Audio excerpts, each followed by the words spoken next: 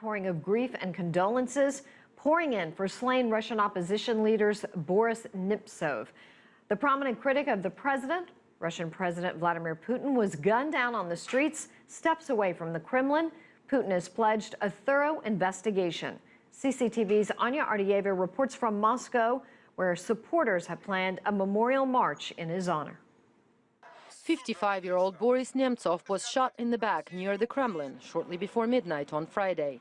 The assailants approached the politician in a car as he was walking and fired 4 shots.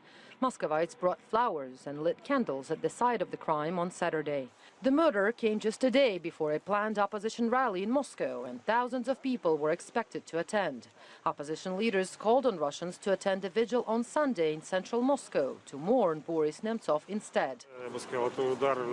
I would say this is not only a blow to the opposition, it is a blow to the whole Russian society. It is a blow to Russia. If political views are punished this way, then this country simply has no future. Nemtsov, whose political career began in the rush of post-Soviet reforms under former Russian President Boris Yeltsin in the 1990s, was known as one of the most fierce critics of the Kremlin during Vladimir Putin's era.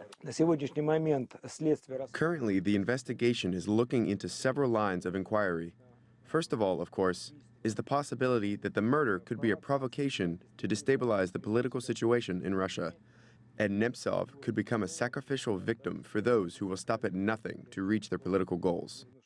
In a telegram to Boris Nemtsov's mother, Dina Eidman, Russian President Vladimir Putin promised that everything will be done to find and punish her son's killers. Presidential spokesman Dmitry Peskov called the shooting an extreme provocation.